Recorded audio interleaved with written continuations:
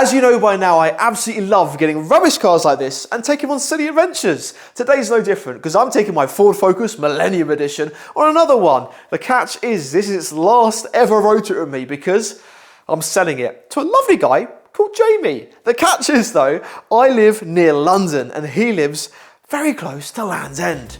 It's quite a big journey. Let's get going.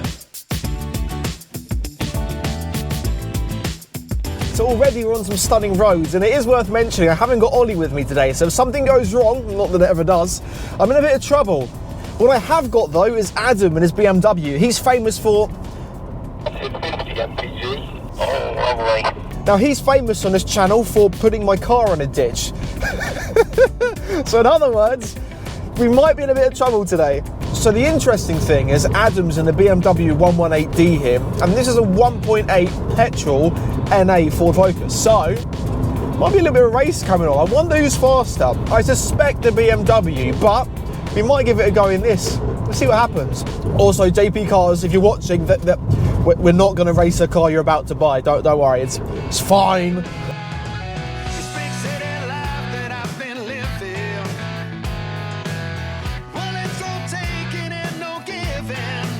Sit rep, not only is my speedo gone, my mileometer's just left the chat as well, so I have got absolutely no idea if the mileage is working. Oh dear. Please don't be a sign for the rest of the trip. Please be okay. Adam mate, I don't mean to alarm you, there's something a bit weird going on the back of your BMW. I think it's broken. Every time you get to a corner, these weird flashing lights appear at the back of it. I've just never seen that before on a BM. Are they yellow lights? Yeah, they're like a yellow. It's really strange. Yeah, I've heard about them. Apparently it's a really expensive optional extra on this car. I think I got really lucky, because you never see them on any of the others of this model, do you? I think the problem is I've done everything I could possibly do with it. I've done the road trips, you fixed it up, I've gone camping in it, I've done everything that I can realistically do. Oh, it just auto-locked by itself. It's fine, it's a good car. Oh, we're going for an average speed check at the moment. It's a really long one, and obviously I haven't got a speedometer, so I don't really know. But when I haven't got Adam around, it gets a little bit scary. But really, the biggest problem is the random speed cameras, because I don't know. So, hopefully, fingers crossed, we'll be okay. We're only about half an hour away from the New Forest now, which is not particularly new anymore, it's rather old, but there's plenty of horses to get excited about, so we're gonna have a little quick look and see what's going on, and then crack on, because we've got a lot of miles to cover today actually, so hopefully we'll be okay. But everything seems fine in the Focus. I still haven't got my speedo back, and I still haven't got my mileometer back, and the doors keep locking themselves unlocking, which is a new feature. But other than that, yeah, she seems alright.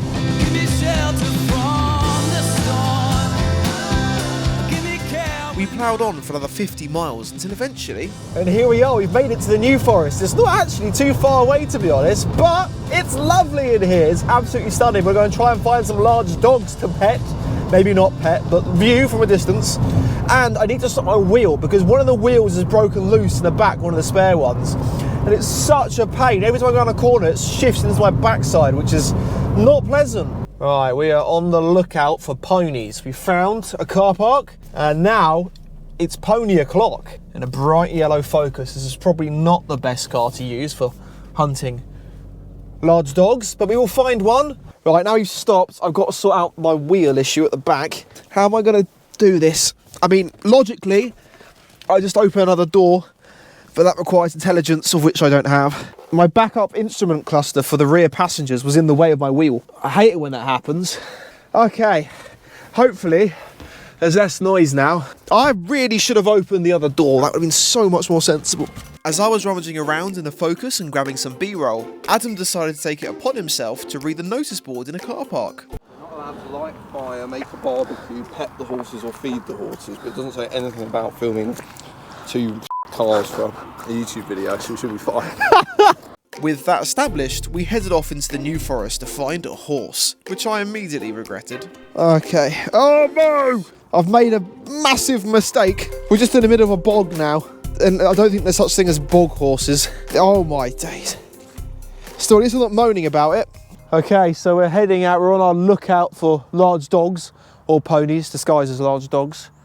No luck so far. Right, Adam's somewhere in that massive group of trees. I'm still in a bog. I think every single time I end up with him on a channel, I end up in a ditch or a bog or something on those lines. But the good news is, I'm being stared at by a horse. And then, after a few more minutes of careful navigating, traipsing across this heather field, and look, there's a secondary horse. I'm not going to get any closer to him because he's beautiful. I don't want to scare him. But look, a real life horse. I was feeling quite happy we achieved our sightseeing goal. But then after the 30-minute walk through floods and brambles... So we've just gone all the way through all that bog and that to go and see 2 ponies. And now we've got 3 of them in the car park, literally next to where the Focus is. Look at the state of my shoes because of you lot. And the car's here. Flippin' heck.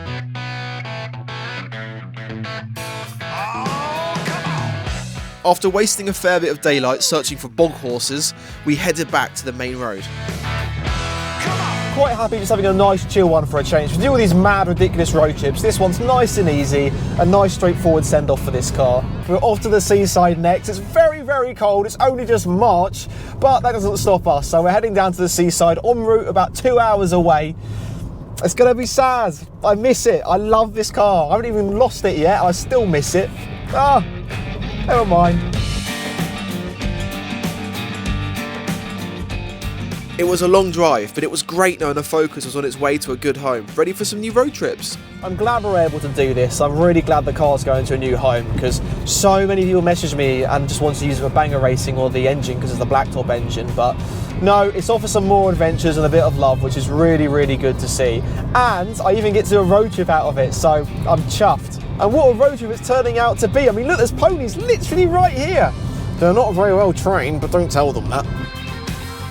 I'm really glad we managed to get an MOT on it so we could carry on these adventures at least for another year. And now, thankfully, it will. I will miss it so much. I know I keep saying that, but we've done so many things with this car.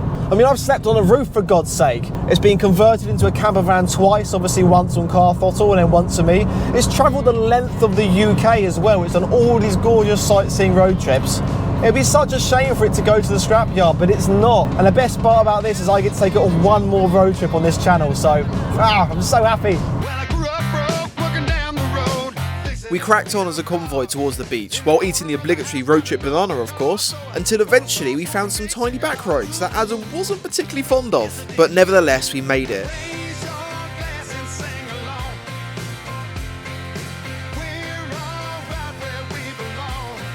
And this is where I tell you I lost almost all the footage of the beach except for this gripping conversation. It's nice, I like it.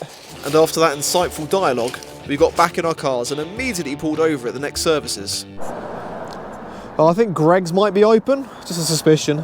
Catastrophic disaster, I've just bent my sunglasses. Okay, we're back on the road for the last time. We have 2 hours left on this road trip, which means I've only got 2 hours left of ownership on my Focus. Oh no! Oh, it's so much fun! Yes! And soon enough, we pulled off the main road and I got my last ever back road drive in a Focus. And just like that, it was time to say goodbye to a huge piece of not one, but 2 channels I've worked on. Is this it? It is, isn't it? This is the actual car. It ain't broke yet, but damn, it needs fixing. I've tightened myself. Been a while since Oh no, I don't want that! felt like kissing. It's just Oh, come on!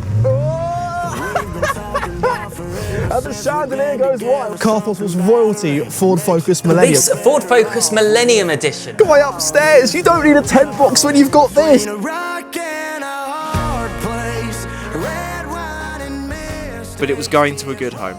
Right, so you've got a few more projects than just the Focus going on, haven't you? Yes, so as you can see, this is my Triumph Herald.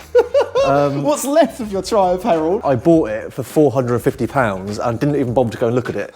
I literally just said to the guy, just drop it off. And as you can see, there's not much left of it. It's literally just rusted away. There's a nice hole in the boot. Oh, good. Just the boot, or? Well, it's, yeah, ignore all of these holes, let's go to the boot hole. right in that back corner. And there's one there that I didn't see. I don't know how I missed that. That is what's left of the sunroof. It's just literally. And you're going to try and get this back on the road? Oh yeah. Yeah? Oh, it's going on the road. It just depends when. That's the real problem. It's so brave. Stupid. As you probably know, you buy cars and then you don't know what to do with them. Yeah. So do you like your yellow Focus? My yellow Focus, yes. It's actually got an MOT, which is very rare for most of my cars. I want to take it to France because we've got the ferry port about half an hour away. Yeah. Then it goes down to Roscoff, or you can go to Spain on from the same ferry port. So maybe it would be a Well, you might Spanish be seeing adventure. the Focus in Spain. I mean, Yeah, that would be good so fun. Exciting. It would be good fun. Amazing. But I don't know, maybe Monaco. Yeah, Monaco. Well, I always said I wanted to go to Monaco. I didn't make it to Monaco. So if you can make it to Monaco, if you go to Monaco, I'll tag along in Ethan's car from All the Gear. Do you know what, that would be good, wouldn't it? Yeah. Now I've seen it in person. It's not quite as good as I remembered it. It doesn't get better when you start looking around it. No, I think it gets much worse. It gets a lot scabbier as well, Yeah, doesn't it? yeah. We could do an All the Gear off to Monaco with you. You sure? That's getting scary. Right. There might be a massive road trip to Monaco at some stage. I think we should do it. Do you think? I think the viewers deserve it. Don't say that, because if I can't make it, okay, yeah, we'll make it happen. We're making it happen. I was going to say that the Golf is in a really bad way, but when I'm standing next to this and you're saying it's going back on the road, right, you'll probably end up seeing both of us in Monaco at some stage in the future. Fine, we'll make it happen. We'll see you in Monaco, baby. At some point.